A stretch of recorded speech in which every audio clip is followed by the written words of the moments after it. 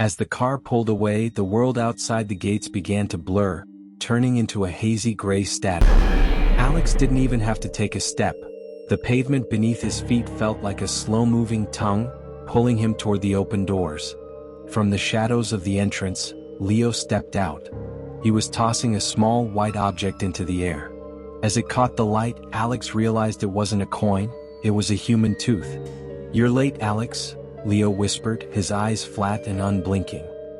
He gestured toward the dark hallway, where the lockers were already beginning to pulse like a heartbeat. "Hurry up. The school doesn't like it when its lunch stays outside for too long." Alex looked down.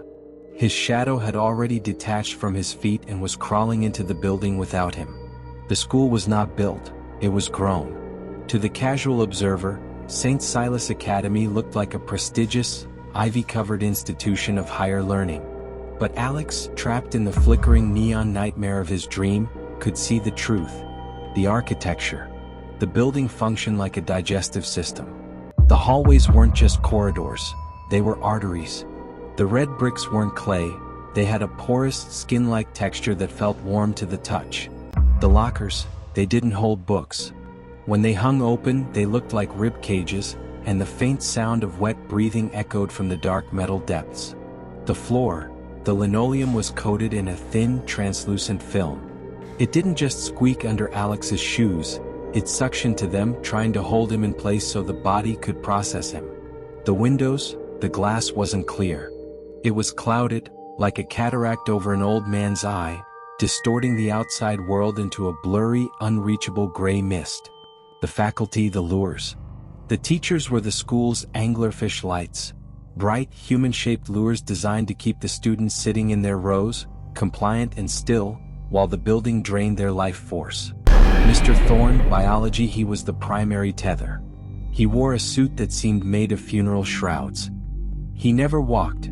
He remained rooted to his desk by black, oily umbilical cords that snaked out from his pant legs and vanished into the floorboards, pumping nutrients from the students directly into the school's foundation. Mrs. Gable, English, she sat at the front of the room, her voice a hypnotic, rhythmic drone. Every time she spoke, the words seemed to physically wrap around the students' necks like invisible nooses, making them too tired to stand up, too foggy to run. The arrival of Leo. Alex scrambled into the biology classroom, his heart hammering against his ribs. He saw a familiar shock of messy brown hair in the second row. It was Leo, his best friend from his old neighborhood. "Leo?" Alex hissed, sliding into the desk beside him. "We have to go. Something is wrong with the teachers." "Thorne, his legs, they aren't legs, man." Leo didn't turn right away. He sat perfectly rigid, his spine straight as a ruler.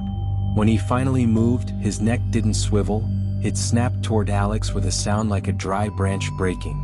Leo's face was a mask of waxy perfection. His eyes, once bright and mischievous, were now flat, dull marbles. He didn't look scared. He looked empty. "Don't be silly, Alex," Leo whispered. His voice didn't come from his throat. It sounded like it was being projected from the walls around them. "The school is just making sure we're well-fed." As Leo smiled, Alex noticed the boy's fingernails were gone, replaced by the same black, oily substance that connected Mr. Thorne to the floor. Leo wasn't a student anymore. He was a part of the trap. The final lesson. The bell didn't just ring, it roared. The sound was a tectonic groan of shifting stone and grinding teeth. At the signal, the other students in the room, the gray ones, stood up in perfect synchronization. They didn't move toward the door. They moved toward Alex, their arms hanging limp, their eyes rolled back into their heads. Mr. Thorne rose from his desk. As he stood, the floorboards groaned, the black umbilical tendrils stretching and snapping like thick, liquid rubber. He began to grow, his limbs elongating until his head brushed the ceiling. "You've been a difficult student, Alex," Thorne hissed. His jaw split open, not like a human's but like a piece of fruit being torn in half, revealing rows of translucent, needle-like teeth. "You look for exits. You look for truth. But Street Silas doesn't teach truth. It teaches consumption." The classroom walls began to sweat a thick, dark ink. Mrs. Gable glided forward, her fingers lengthening into jagged quills. "A story must have an ending, Alex," she whispered, her voice echoing in his skull. "And yours is written in the margins of the floor." Coach Miller appeared in the doorway, his silver whistle now a jagged piece of bone. He blew a silent note that caused the gravity in the room to vanish. Alex felt his feet leave the floor.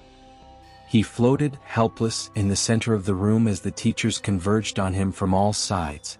The gray students formed a circle, humming a low, vibrating tone that paralyzed his muscles. The very room they were in began to contract. The ceiling lowered and the floor rose. The desks were swallowed by the floorboards as if sinking into quicksand. Leo, or the thing that looked like Leo, reached out a cold, gray hand and gripped Alex's throat. The black oil from Leo's fingernails began to seep into Alex's skin, burning like acid. "Don't worry," the Leo creature giggled, his face blurring into a featureless mask. "After the first bite, you won't even remember your own name. You'll just be another brick in the wall." Mr. Thorne leaned in, his shadow engulfing Alex completely. He opened his massive, multi-hinged maw. The smell of copper and rot was overwhelming. As the needle teeth touched Alex's chest, the teacher whispered one final word. "Enrolled." The darkness slammed shut like a heavy book. The darkness didn't just fade, it snapped. Alex's eyes flew open, his lungs burning as he gasped for air that didn't smell like rot. He was tangled in his bedsheets, his heart hammering against his ribs like a trapped bird. The silence of his bedroom was so sudden it felt deafening. "Alex, for heaven's sake, you're going to be late on your first day." His mother's voice, sharp and mundane, drifted up from the kitchen. Alex sat up, his hands trembling so violently he had to tuck them under his thighs. He frantically checked his chest and neck.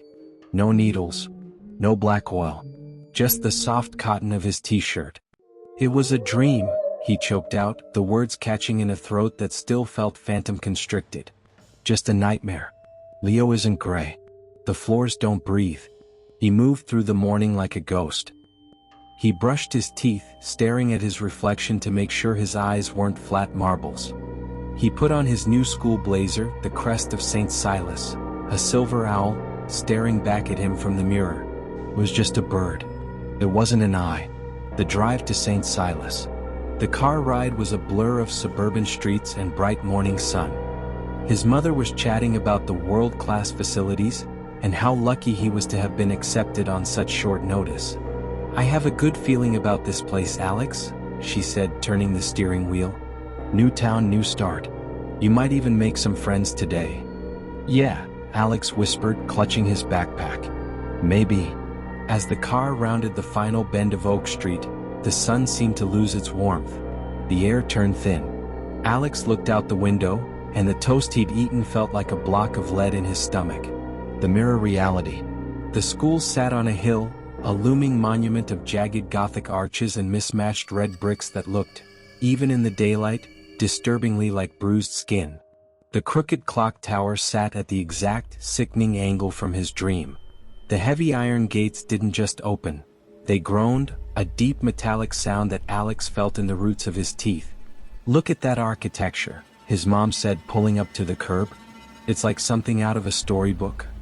"A horror story," Alex muttered, his face turning a sickly shade of white. He looked up at the second floor, his eyes instinctively finding the window of the science wing. His breath hitched. Behind the glass stood a thin, pale man in a gray 1940s-style suit. He was perfectly still, his hands folded neatly in front of him. The man, Mr. Thorne, raised a skeletal hand and tapped twice on the glass. Then, with a slow, agonizing precision, he winked. Alex took a step back, his heel hitting the curb, but the car door had already slammed shut. His mother was waving as she pulled away, leaving him standing at the mouth of the iron gates. The first bell rang. It wasn't a chime. It was a low, guttural thrum that shook the pavement beneath his feet. Alex stood frozen, his face a mask of pure, puzzling terror. He realized then that the morning dream hadn't been a warning. It had been the orientation.